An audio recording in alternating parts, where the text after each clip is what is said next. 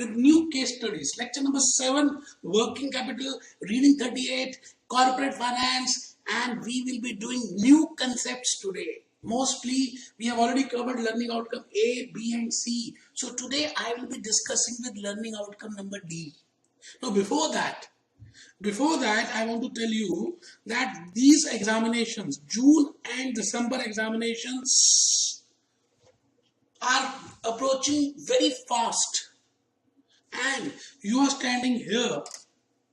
So now you have to increase your hard work, because you know that there is nothing like impossible. Everything is possible. Even impossible says that I am possible. Now you have to start again doing the things very sincerely, because today's lecture will be most important lecture, and that lecture is telling me something about learning outcome D. Learning outcome D. So let me start with firstly with the curriculum. What is learning outcome D? We have covered learning outcome A, B and C. So we'll start with D. Describe how different types of cash flows. How different types of cash flows. There can be different types of cash flows. I can receive the cash, I can pay the cash. As an entity, I can receive pay. There are so many transactions. Infosys is making so many transactions. Apollo Tires, any corporate entity you can think of. So there are different types of cash flows. So those cash flows by which cash is coming in, and those cash flows by which cash is going out. So D is describe how different types of cash flows can affect companies' net daily cash position. It means the net daily cash position, when at the end of the day you want to find out how much is cash positive or how much is cash negative. So we will be finding out, we will be putting light on those cash flows. So learning outcome D is most important, and learning outcome E is also important. But today, in today's lecture, we will be discussing with learning outcome D, that what are the different types of cash inflows which can affect the daily cash position. For example, Mr. Ramlal, in the morning, he has 1000 rupees or 2000 currency note rupees in his pocket, and at the end, in the evening he is left with 200 rupees. It means he has spent 1800 rupees the whole day. Similar is the case with entity. If I say similar is the case with an entity, think of any entity. This is an entity and cash is coming in. It means through different sources cash is coming in. These are receipts. These are receipts of cash, or I will say these are cash inflows. And cash is going out also from this entity daily. On the daily basis, they have to make the payment to creditors, to accounts payable, for they have to make the payment to suppliers, they have to pay salaries, they have to pay wages, they have to pay overheads. It means there are two types of items in the cash flows, due to which my cash is coming in and due to which my cash is going out. Now, how my cash is coming in? Due to cash sales, due to cash received from debtors. With all these transactions, my cash is coming in. So these are the cash flows which will increase my cash balance, and these are the cash flows which outflows which will decrease my cash balance, and at the end I will be available with a daily cash balance. Now, in case a company like Infosys, IT company, TCS, Wipro, if I see the cash balance of these companies, there is a huge cash treasury available. Now, the point is that cash balance which is appearing every day and which is changing every day has some opportunity income. If the treasury department of Infosys is not capable enough to invest that treasury balance, then they cannot earn, they can lose some interest on that. But that fund which is there in treasury, I will show you the consolidated balance sheet of Infosys. Huge treasury balance is there. Now the best manner, in case they can utilize that in the best manner, they can earn some interest on that. So today's lecture will be basically on what is the meaning of net cash position. Daily cash position. What are the sources from where which cash is coming in? What are the sources where cash is going out? How to calculate how to see the net daily cash balance? And for that, I have to do temporary investments in the short-term securities. I have to do the investment. Now, this treasury department is responsible for investing that daily balance in the temporary investments. And that temporary investments can be, US treasury bills, that can be certificate of deposit, that can be commercial paper, that can be time deposits, that can be line. There can be different ways or different securities where we can invest.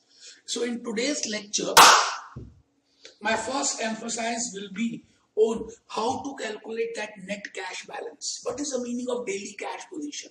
And then the next part of today's lecture will be that in case that net daily cash balance is positive and I want to invest, now where I can invest as a member of treasury team, as a member of corporate finance team, where to invest that excess balance so that there will be a smooth operation of the activities. Now there are different avenues of investment.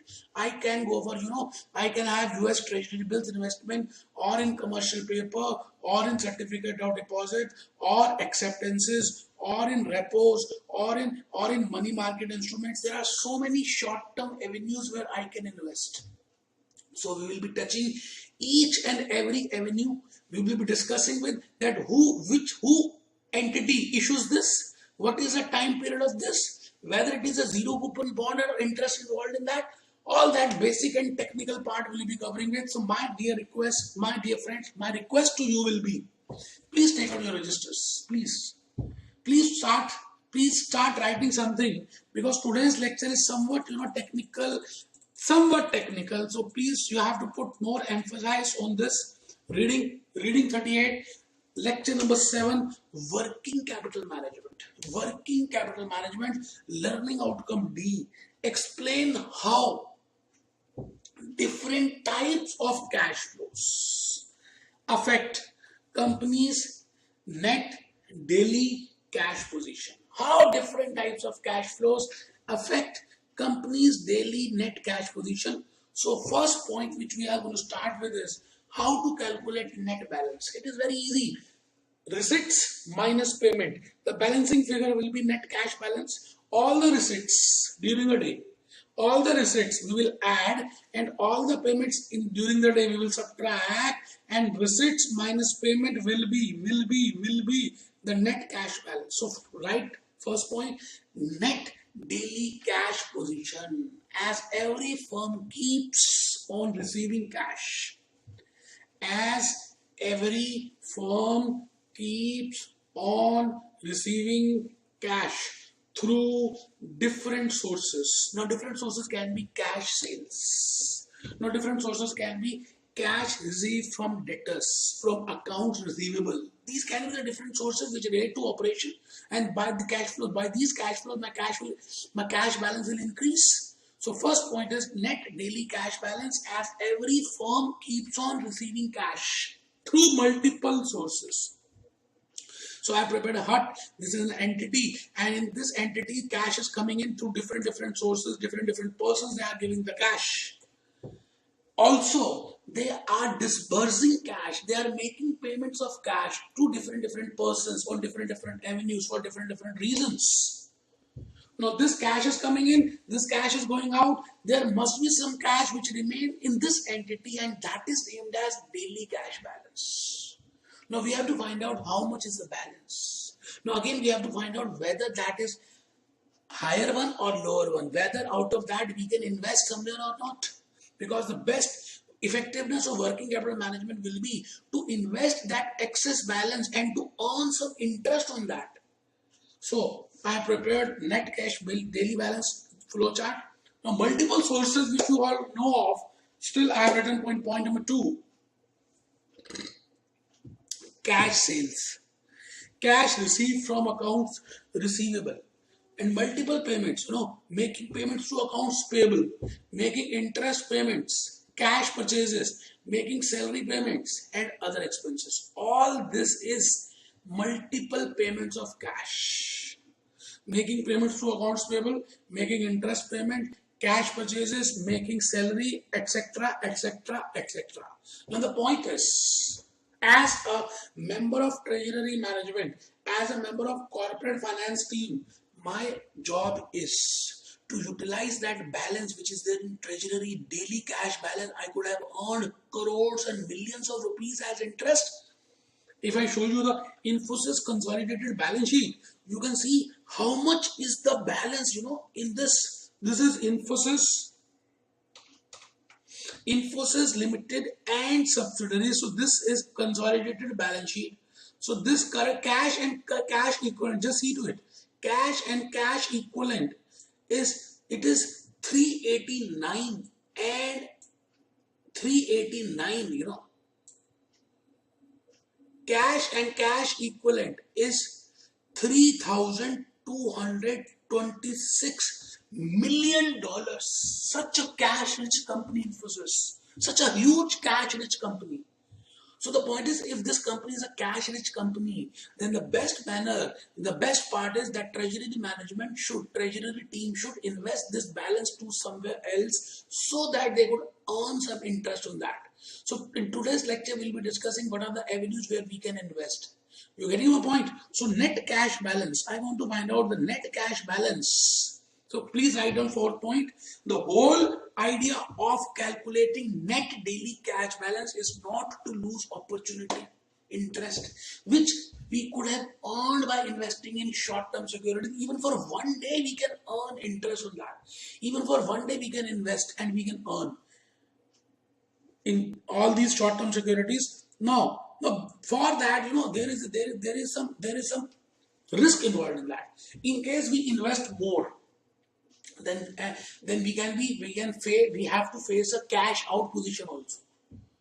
And in case we invest less, then we are losing opportunity interest on that. So we have to strike a balance between how much should be invested as temporary investments. Now, in order to calculate the temporary investment part, we have to do forecast, as we have discussed in cash budget.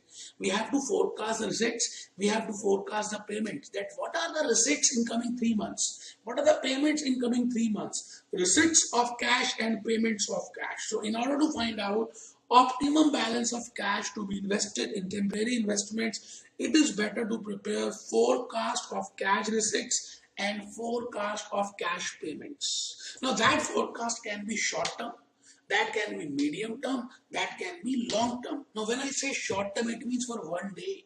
When I say medium term, it can be for 1 month, 1 week to 1 month.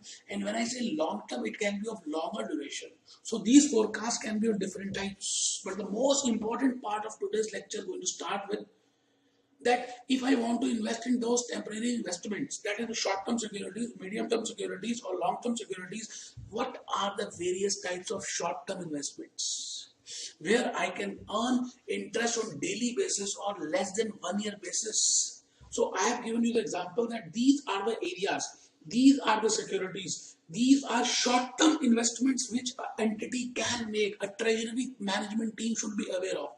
For example, Infosys or any company, American company can invest in US federal treasury bills, or can buy certificate of deposits issued by a banking company, or can go for acceptances, or can invest in term deposits. Term deposits are nothing but fixed deposits. And this company can issue commercial paper, can go for repos, can invest in money market instruments. So there are different ways in which temporary investments can be invested, and every way has a different feature.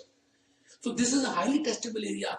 They will be asking you the features, they will be giving you the features, and they will be saying whether this is a feature of commercial paper, whether this is a feature of repos, or whether this is a feature of US Federal Reserve Treasury bills. So you should be aware of who is issuing them, what is the time tenure of that, and whether any interest is attached or is there zero coupon.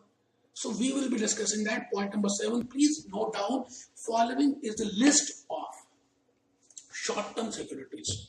So following is the list of short-term securities in respect to temporary investments. So we have started the journey by telling that these are the receipts, these are the ways through which cash flows, cash is coming in, these are the ways through cash is going out. This minus this is daily cash balance. This balance can be huge. I have shown you Infosys balance sheet. So the responsibility is to invest in the temporary investments, and for that, so that we should not face the position of cash out. So we should go for forecast, and that forecast can be short term, can be medium term, can be long term. And then investing in temporary investments, we have different areas where we can invest: US Treasury bills, commercial paper, certificate of deposit, acceptances, and all that. So we are at point number 7. A. United States Treasury bills. B. Banks certificate of deposit. Banks certificate of deposit. Banks certificate of deposit. Bankers acceptances. Bankers acceptances. Time deposits.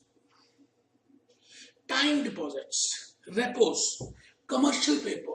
Money market, mutual fund securities, mutual fund securities, mutual fund securities, United States Treasury bills, banks certificate of deposits, bank certificate of deposits, bankers acceptances, time deposits, repos, commercial papers, money market, mutual fund securities, short-term securities. So we will be discussing each and every security one by one. We will be putting the emphasis on how much is a time duration. Let me tell you, all these securities are of less than 1 year. It means less than 365 days. Can be of 182 days, or can be of 365, 364 days, or 30 days, or 60 days, even for 1 day. So we should be aware of who is the issuer, what is the time duration, and whether interest is being given or not, whether they are zero coupon or any coupon is there or not. So 8 point, US Treasury bills. These are short-term investments with maturity of less than 1 year. With maturity of less than 1 year. For example, in India, at the time of Commonwealth Games, Delhi government has issued treasury bills. Similarly, in case US Federal Reserve requires some funds from the public, then they can issue treasury bills to the US citizens, and they can get cash and they can issue those bills. Now those bills does not have any coupon interest attached to that. Those are being sold at a discount and face value is being redeemed. So the difference between discount and face value, that is the income of that bearer. So please note down, these are short-term investments with maturity of less than 1 year, no coupon interest attached with that. So what happens here in US Treasury bills? Generally, this is T0, let it be T0, let it be 182, or let it be 364 days. This is a maturity period, and in maturity period, face value is being paid by USA government, Federal Reserve, and let it be 1 lakh. The face value is $1 lakh. Now, at this point of time, they can be sold at less than $1 lakh. Now the difference between less than $1 lakh, let the rate be $90,000. Now they are sold at $90,000, and that bearer will be paying $90,000 and buying US Treasury bill having face value of 1 lakh, and after 182 days or after the expiry period, that person will be getting 1 lakh rupees as the redemption value. It means 1 lakh he has paid $90,000. So the difference between 1 lakh and 90,000 is $10,000. So this $10,000 will be treated as income, or it will be an interest income. It is just like an interest income for that bearer. So it means in case of US Treasury bills, there is no separate interest we are paying. The difference between the price at which we have sold and the difference of the face value, that is nothing but the income of that bearer. So first point which I have just told you is US Treasury bills. So you should be aware of who are the issuers. US Federal Reserve is the issuer. Time duration is less than 1 year. Coupon interest is not given. The income is difference between the discounted value at T0 minus the face value at T maturity period. So that is named as US Treasury bill. So let's move to next point. Bank's certificate of deposit. Now, in case banks they require some their funds. Bank of American Bank, Bank of America, Axis Bank, HDFC. Now they issue certificates of deposit. The public will give the cash to these bankers for a shorter time period, and these bankers they will issue certificate of deposit that they have received this much amount from this and they will be paying this much amount to this at the expiry of this. So this is named as banker certificate of deposit. So you should be aware of that certificate of deposit is being issued by a banker, and commercial paper I will be discussing after 2 minutes, that will be issued by one corporate entity to another corporate entity. I repeat, I said that supposingly Bank of America is issuing a certificate of deposit to Coca-Cola, and this Coca-Cola has excess balance. So the treasury team of this Coca-Cola wants to invest or wants to buy certificate or deposit of 360 days or 364 days from Bank of America at a particular amount interest. So in this case, this bank will issue a certificate or deposit to Coca-Cola. So this is named as certificate of deposit. Mind it is a testable area. That certificate of deposit is being issued by a banking company, not by a corporate entity. And after 2 minutes, I will tell you commercial paper. Commercial paper means when one entity, for example, ACC Cement, has the requirement of cash, and another entity, Infosys, has excess cash. Now this excess cash will be given to another company, another corporate entity who requires the cash, and this let it be 1 lakh crores. The balance is given by Infosys to ACC Cement. Now it means this Infosys is issuing commercial paper. It means this Infosys is issuing commercial paper, and ACC Cement will be signing this commercial paper that this much amount ACC will be paying after some particular period, as a case may be, as per the agreement. So what I want to tell you, there is a difference between certificate of deposit and commercial paper. So you have to firstly write down what is the meaning of certificate of deposit. So please write down certificate of deposit, bank certificate of deposit. These certificates are issued by banks. These certificates are issued by banks in the wholesale market with large amount raised by banks. In the wholesale market, these certificates are issued by banks in the wholesale market with a large amount raised by banks. Similar is the case with banks acceptances. It means bank is accepting the liability on behalf of his client. That is named as bank's acceptance. Time deposit is just like fixed deposit. It means it is just like fixed deposit. You are investing for a period and you are getting interest on that. Repurchase agreement, repo agreements. When an entity grants a loan and invests in short-term collateralized loan, that is repo. Commercial paper I have just told you, as certificate of deposit is issued this, and commercial papers are being issued by corporates. These are again short-term instruments and are zero coupon bonds. So next and the last one is money market instruments. When I say money market, it means the whole spectrum. I am investing in US Treasury bills, commercial paper, and certificate of deposit, and other government securities. When I say I am investing in the whole spectrum, it means I am investing in money market instruments. Similar is the case with mutual fund. You must have read the concept of mutual fund. When a fund is being invested in different securities of different phenomena.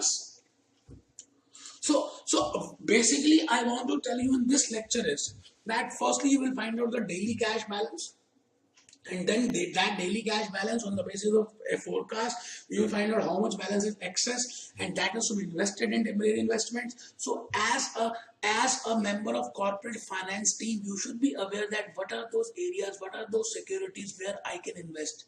So one is US Federal Reserve, second is certificate of deposit, third is acceptances, fourth is time deposit, fifth is repos, sixth is commercial paper, seventh is that mutual fund securities or money market instruments, and the last one which I'm going to tell you is short-term agency securities. Now these are those securities in USA which are treated as quasi-government securities. For example, in India, NHAI, National Highway Authority of India, is treated as quasi-government, which have some powers just like government. So if any securities are being issued by quasi-government agencies, that is named as short-term agency securities. So as a corporate finance team member, you can invest in short-term agency securities also. So it implies this, and they are government in nature, and they issue short-term investment securities just like NHAI, National Highway Authority of India. So this is lecture number 7. We have covered learning outcome D.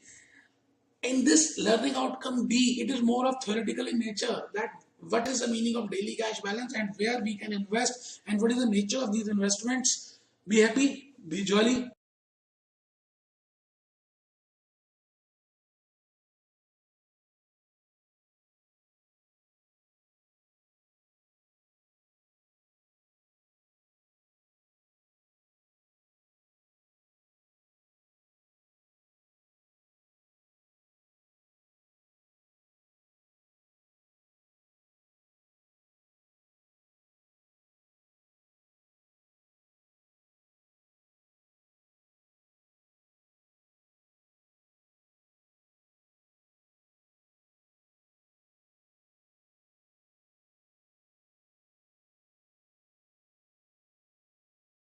Lecture number 7. So today will be the continuation part of lecture number 7. So in case you have not seen my lecture number 7 before this lecture number 8, I will advise you that firstly see my lecture number 7 and then come to lecture number 8.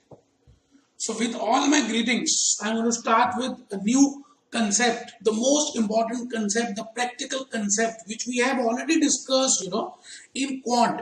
In quant, we have discussed different types of yields. So this is the repetition of quant paper, but because it is important here also, so I will be doing yields for this working capital management. Let me remind you, in the last lecture, I have told you it is important to calculate daily cash position. So please open your registers. Today lecture will be lecture number 8. I have given it a number as 8. We are doing reading 38.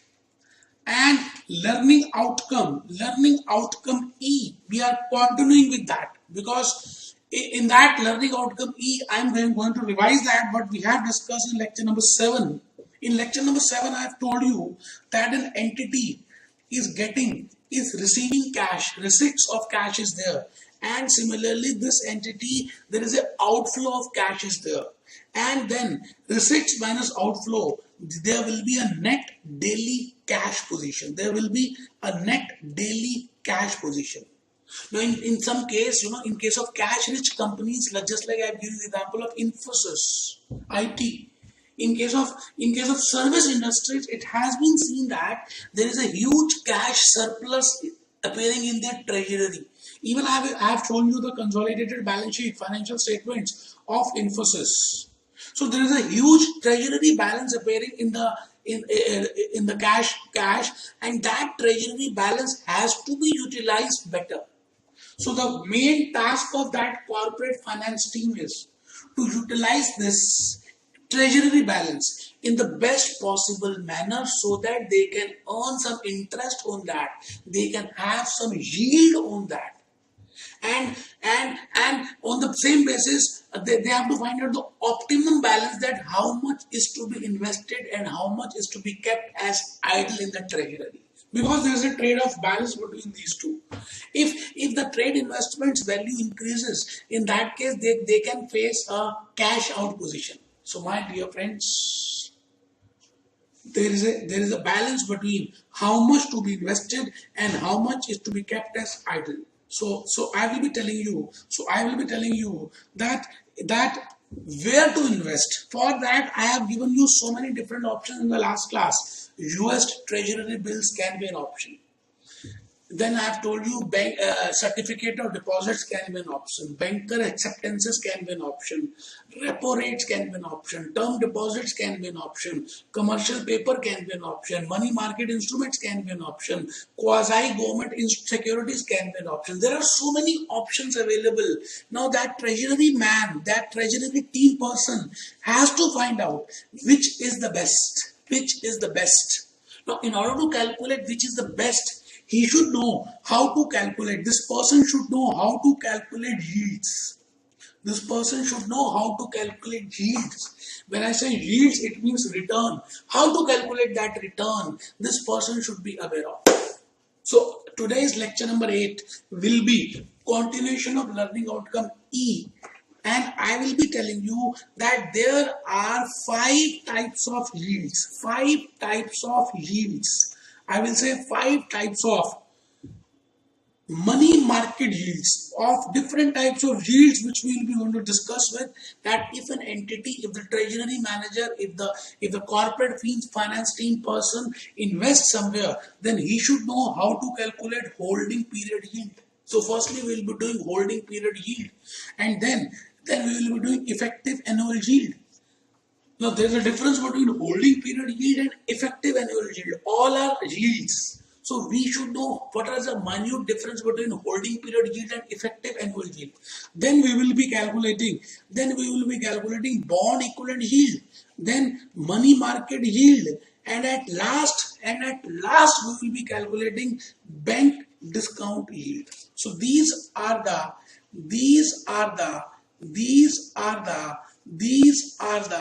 5 types of yields which we will be going to calculate. So today's lecture will be in telling me what is the meaning of this, how we calculate this, what is the logic of this, how the formula has been derived, and what is the difference between all these yields, because all are yields. So my dear friend, today's lecture will be somewhat repetition of quant, but a technical one. So I will request you, please take out your registers, because we have to write down something. I have prepared slides for you, and I know that you will state practice makes the man perfect, practice makes the woman also perfect. So we are moving to lecture number 8, and I'm going to write with all that, great morning, lecture number 8, working capital management, learning outcome E. And in today's lecture, we'll be putting the emphasis on calculation and interpretation of yields. Calculation and interpretation of comparative yields. So I have to invest in the temporary investment. There are so many ways, and I should know where to invest. So for that, I will be calculating yields. There are 5 types of yields: holding period yield, effective annual yield, bond equivalent yield, money market yield, and bank discount yield. And there is a minute difference between these two, and I will tell you how to learn all these yields formula. But before that, firstly write down first point, money market yields. Following are the 5 yields as per money markets. The first is, it means money market, I will say money market instrument yields. When I invest in a money market that is less than 365 days, less than 364 days, less than 360 days, or maximum up to this 1 year, then I can earn different types of returns on that. And those returns have different names, different meanings. So first is holding period yield. In short, I have written HPY, holding period yield. Second is, in holding period yield, we do not consider compounding. I will tell you how we calculate holding period yield. For writing purposes, write down effective annual yield. First is holding period yield. Second is effective annual yield. Third is bond equivalent yield, bond equivalent yield, bond equivalent yield. There are 5 yields. First is holding period yield, second is effective annual yield, and third is bond equivalent yield. Fourth is money market yield, and fifth is bank discount yield. I hope you are writing all these 5 yields, because it will, a highly testable area, either in quant or in working capital corporate finance. You will be getting the question. So be prepared for that. Holding period yield, effective annual yield, bond discount yield, bond equivalent yield, money market yield, bank discount yield. So these are the 5 types of yields, and I will be taking one by one. In examination also we will be given one yield out of these 5, and we have to calculate one. So you should know what is the procedure, from where we should start, and from what is the starting point. So with this flow chart, I have told you that from where you have to start calculating the yields. What is the first yield you have to calculate? Then what will be the second yield? Then what will be the third yield? Then what will be the fourth yield? Then what will be the fifth yield? So these are the 5 types of yields which are given to me, and I will prepare a diagram for that. I have prepared a flow chart. So please write down point number 2, flow chart in relation to yields. Flow chart in relation to yields. So first yield which I have written in center, that is holding period yield. So it is first which is to be calculated, and on the basis of that we can understand second effective annual yield, then third bond equivalent yield, then fourth money market yield, and then fifth bank discount yield. Very easy to remember. There is no need of cramming. First is holding period. That is for how much period I am holding that investment, that security, that temporary investment. It can be maximum for 365 days. It can be less than 365 days. So I should know how to calculate holding period investment or holding period yield. That is how much money I have invested and how much return I am getting. That is, return means how much is the face value, how much is the trading value, face value minus trading value upon trading value into 100. I will tell you how to calculate holding period yield. So, but the first yield which we calculate is holding period. The second one is in which we consider compounding. That is effective annual yield. Effective annual yield. And the third one is bond equivalent yield. Bond equivalent yield. And the fourth one is money market yield. Money market yield. And the fifth one is bank discount yield. So you have to prepare these arrows like this only. First is HPY, second is effective annual, third is bond equivalent, fourth is money market, and fifth is bank discount yield. So I will be taking one by one. The first yield which I want to tell you is holding period. Supposingly I am holding this pen. So for how much long I am holding this. So I want to calculate return on the investment for the holding period. For example, I have purchased now and I am selling it after 2 days. It means the holding period will be 2 days. I have purchased at T0 and I am selling at T90. It means my holding period is 90 days. So I want to calculate the return only for the period for which I have held that investment. That is named as holding period. So point number 3, holding period yield, HPY. I have just assumed the example that if a person has invested in a treasury bill and the maturity period is 180 days and the face value is $1,000 and the trading value is $940. It means if you want to purchase now at T0, you can purchase at $940 and the face value is $1,000. It means after 180 days you will be getting $1,000. It means how much is the return? $1,000 I will be getting. I have invested $940. So $1,000 minus $940, that is return $60. Now return is always calculated on the amount I have invested, and I have not invested $1,000. I have invested $940. So 60 upon 940. 60 upon 940. So in the next page, I have done that. For you, please take out your calculators because we will be using the calculators. In this, you can directly calculate 60. How I have calculated 60? That is earning. Earning is how I have calculated earning. Earning is face value minus trade value. because this is the maximum part I will be getting. So 1000 minus 940, that is 60 upon investment, that is trading value upon investment means trading value. It means how much I have purchased.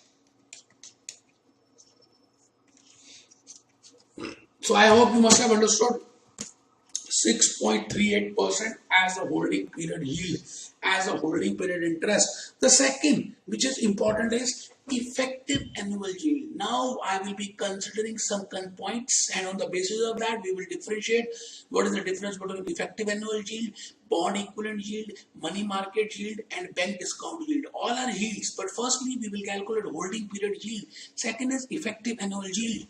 Now, what I will be considering effective annual yield? I will be calculating yield for 12 months, and I will be doing compounding. That after 180 days, supposedly I have invested it again, then again I will get return on that. So, if I consider the compounding effect, then that return is named as effective annual yield. If I consider that compounding effect, that is named as effective annual yield, and we are calculating for 365 days. We are calculating own investment, that is 940, and we will be doing compounding. So these are the three features which we will add in effective annual yield. So my dear friend, please firstly write down, then I will explain it more. When return is calculated on compounded basis, in quant we have discussed simple interest, compound interest, on compounded basis, then it is named as equivalent annual yield. Then it is named as effective annual yield. Now the formula I have written, but there is no need to learn it. I will take the help of holding period yield. 1 plus holding period yield is 2. I will be calculating for 365 days upon n. N means the time period of holding. So if I put the figures, 1 plus 6.38%, that is 6.38%, we have calculated as holding period return in the last, So this 6.38% is for 180 days. So if I raise to power 365 upon 180, minus 1, that comes to 13.36. So let's see how we will be doing in the calculator. 1 plus 6.38%. You know how to calculate 6.38%? So second, clear TVM, cash flow, second, clear work. So you have to firstly clear your old work. So I did that. 1 plus 6.38% plus is equal to, I have got 1.0638. 1.0638. Now I will be using y upon x. This y upon x. Y is to x. You have seen there is a button in your calculator. There is a button in your calculator. Y upon x. Just see to it. Y upon x. So y upon x. I am pressing that. Now I have to write down 365 upon 180. So that 365 upon 180 is coming as 2.077. So 2.077. That comes to 11.36 or 11.37. 11.37. So I have written 13.36. So let me do it again. Okay. Minus 1. That comes to 13.7 into 100. That comes to 13.37. 13.37. So I have calculated effective annual yield on the basis of compounding, on the basis of 365 days, and on the basis of trading value as an investment, taking trading value as an investment. So I have covered two yields. One is holding period yield. Very simple. Face value minus trading value upon investment, that is trading value, into 100, that is holding period yield. But if I modify this holding period yield, then I can calculate effective annual yield, I can calculate bond equivalent yield, I can calculate money market yield, I can calculate bank discount yield. It is the HPY which is to be modified. In HPY, we in first modification is effective annual yield. In effective annual yield, we will consider compounding, we will consider 365 days, and we will consider investment as trading value. But in bond equivalent yield, We will not consider the compounding. We will directly calculate as per interpolation or as per cross multiplication. So compounding is not taken into account. But yes, in bond equivalent yield we take 365 days, and in bond equivalent yield investment value we take as trading value only. So in the example which I have given you, 940 is the investment trading value. So just see what I have written in bond equivalent yield, the return calculated on proportionate basis. The return calculated on proportionate basis is named as bond equivalent yield. We will calculate return on proportionate basis. For 180 days, return is 6.38%. So for 365 days, how much will be the return? For 180 days, this is the return we have already calculated in the holding period yield. That is, for 180 days, HPY 6.38. Then for 365 days, how much it will be? It means we are not considering compounding, but yes, we are considering 365 days, and we are considering the return on investment value, that is trading value. So we will see the difference after writing all this. So this is like I have calculated 12.94%. Please do it with the help of calculator. 12.94%. So the second yield I am going to discuss is named as money market yield.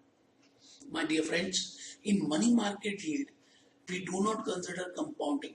And we do not consider 365 days even, because generally all money market instruments we say it as 360 days. Yes, on the investment value we consider as trading value. So in money market, return is calculated for 360 days, and proportionately we can calculate for 180 days 6.38. So instead of 365 we are writing for 360 days how much will be the return, because all money market instruments generally they are traded for 360 days. So 360 into 6.38 upon 180, that comes to 12.76%. So I have calculated holding period yield. I have calculated effective annual yield. I have calculated bond equivalent yield. I have calculated money market yield. So last yield is bank discount yield. So in this we do not consider compounding. Even we do not consider 365 days. We will do it for 360 days. And third is we calculate return not on the trading value, rather on the face value. So these are the three mistakes we do in bank discount yield. So to remember that, I will tell you there is a technique of mistakes which I have written in the next slide. But before that, just write on bank discount yield. Bank discount yield. In case return is to be calculated on face value. So the trigger point here is face value. The trigger point is face value. We calculate on face value. But in HPY, in EAY, in bond BY, in money market yield MMY, we always calculate return on the trading value. Exception is bank discount yield. In bank discount yield, we calculate on face value. Please write down, my dear friends. In case return is to be calculated on face value instead of trading value, then it is named as bank discount yield. If return for 180 days is 6%, return for 360 days will be proportionate for 360. Now, how I have calculated 6%? How not? Why not? It is 6.3%. 6.38% is holding period yield, and it is being calculated on the basis of how much I have invested. But I will be doing bank discount yield. I will be calculating on the basis of 1000. You're getting my point? So if the face value is 1000, the return is 60. So 60 upon 1000 into 100, that comes to 6%. So I have calculated 12%. So the point is how to learn these 5 formulas. Very easy. I have prepared a slide for that. How to learn these 5 formulas. That is how we will calculate a holding period, effective annual yield, bond equivalent yield, money market yield, and bank discount yield. I think HPY, there is no problem that you can easily remember HPY. So I have used basically 3 criteria. One is compounding, second is 365, and third is trading value. So if I change these something, a new yield will be calculated. In effective annual yield, I will consider compounding.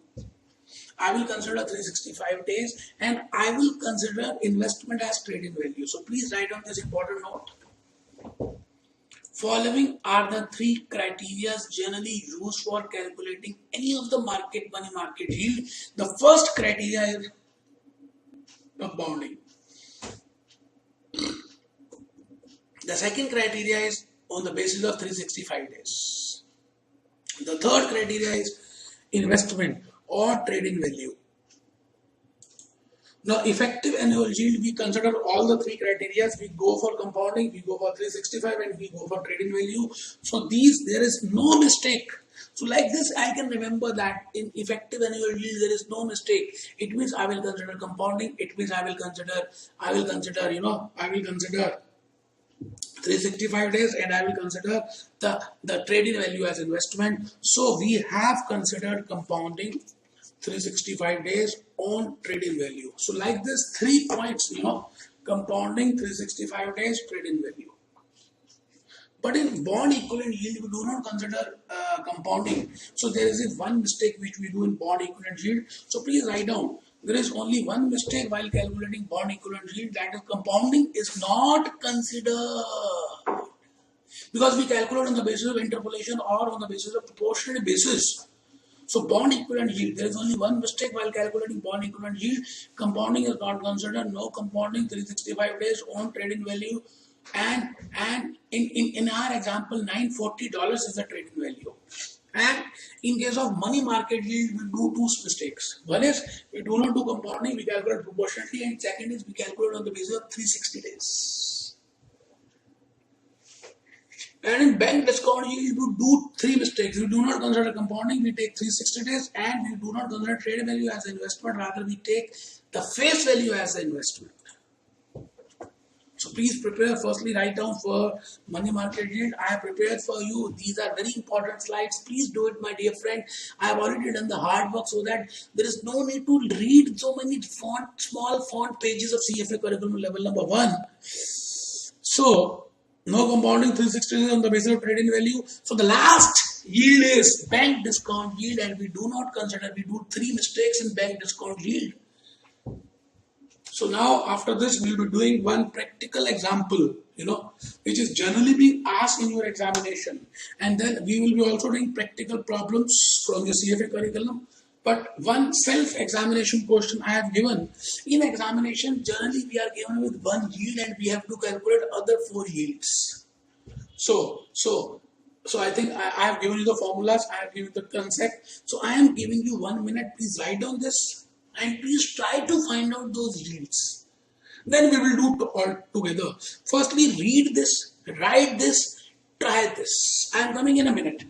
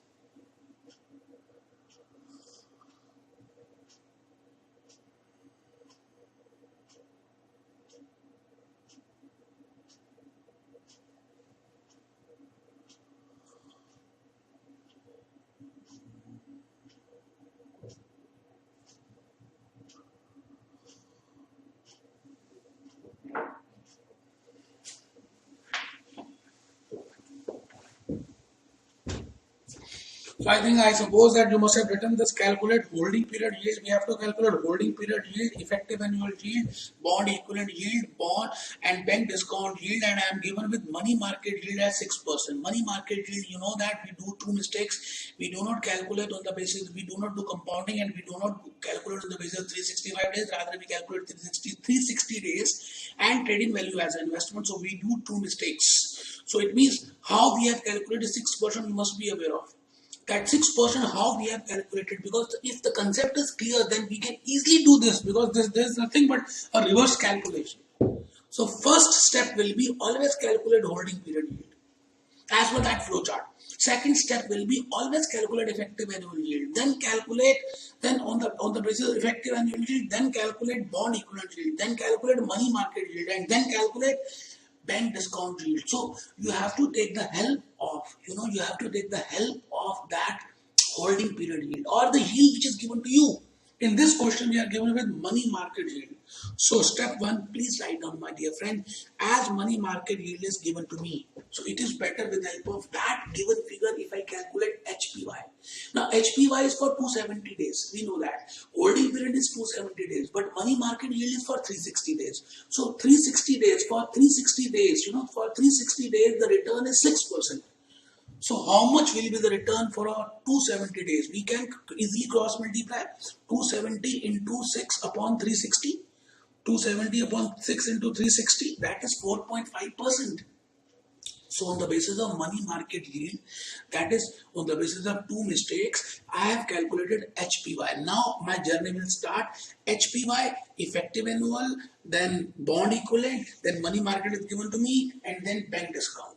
So I am going to start with effective annual yield. There are no mistakes. We consider compounding. We go for 365 days and we go for trading value as an investable value. And the formula is 1 plus HPY raised to power 365 upon N. Now here N is 270 minus 1.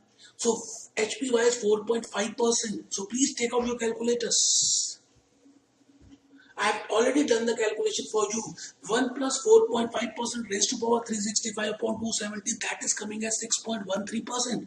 So we have calculated 3. Money market yield is given to me. I have calculated HPY, then I have calculated effective annual yield. Step 3. Now we will be calculating bond equivalent yield. Only there are one mistake. We do not consider compounding. We calculate on the basis of 365 days proportionately, and we calculate on the basis of trading value as an investment. So HPY, which is given to me, is 4.5%. So I will take the help of 4.5%. For 270 days, return is 4.5%. Then for 365 days, how much will be the return? 365 into 4.5 upon 270, that comes to 6.08%. So the last yield which I am going to start with is bank discount yield. It is somewhat technical because bank discount yield we calculate return on the basis of face value, and we are not given the face value. So we should know how to calculate that. So firstly, write down step number 4. Bank discount yield is calculated on the basis of face value. So firstly, it is to be calculated like this. Return. We know that holding period yield is return upon investment value into 100 is equal to 4.5%. Return we are not aware because we are not given with that return in absolute figure. We are not aware. We know that return is 4.5%.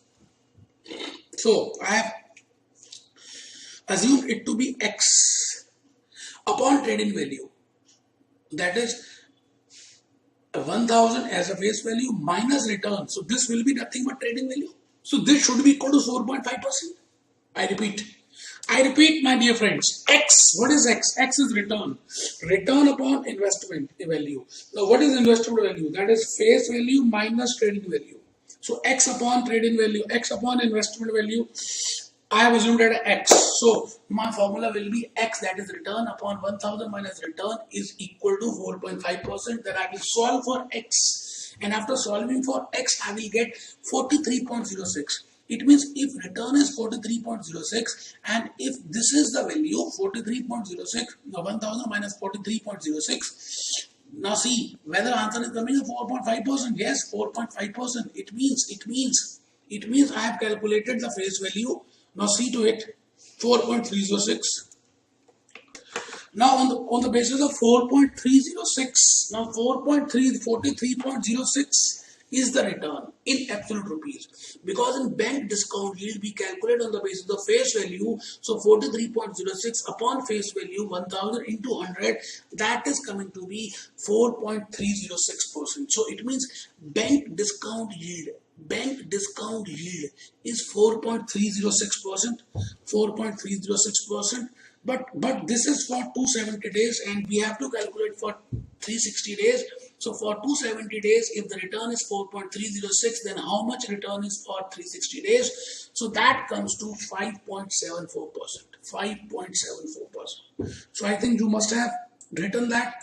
Very important concept that you will be given one yield and you have to calculate other yields. So I think that in today's lecture number 8, what I have tried to tell you, that we can calculate different yields, and we can know the logic behind that what is the difference between yields, and it is very easy to calculate and very important testable area for exams. So be happy, be jolly, be cheerful. Be happy, be jolly, be cheerful.